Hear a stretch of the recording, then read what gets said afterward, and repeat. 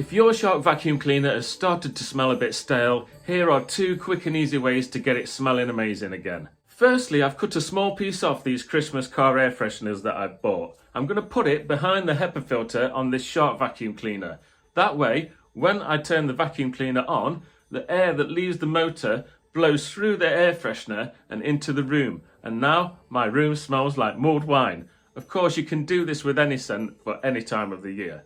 Now, before we give the vacuum cleaner another scent boost, it's really important that we keep on top of our filter cleaning. If your filters are harbouring dust, they are the #1 cause of bad smells in these vacuum cleaners. You've got one at the front there, and then you've got 2 that sit above your motor. If they're blocked, they also restrict the suction. I have a full filter cleaning video for you to follow. I'll put the link in the description and in the top corner now.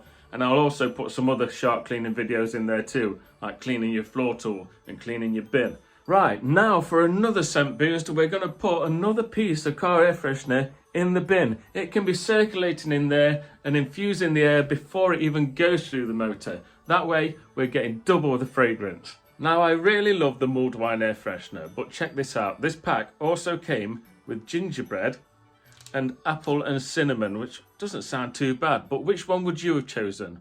I mean, mulled wine's got to win all day long, hasn't it?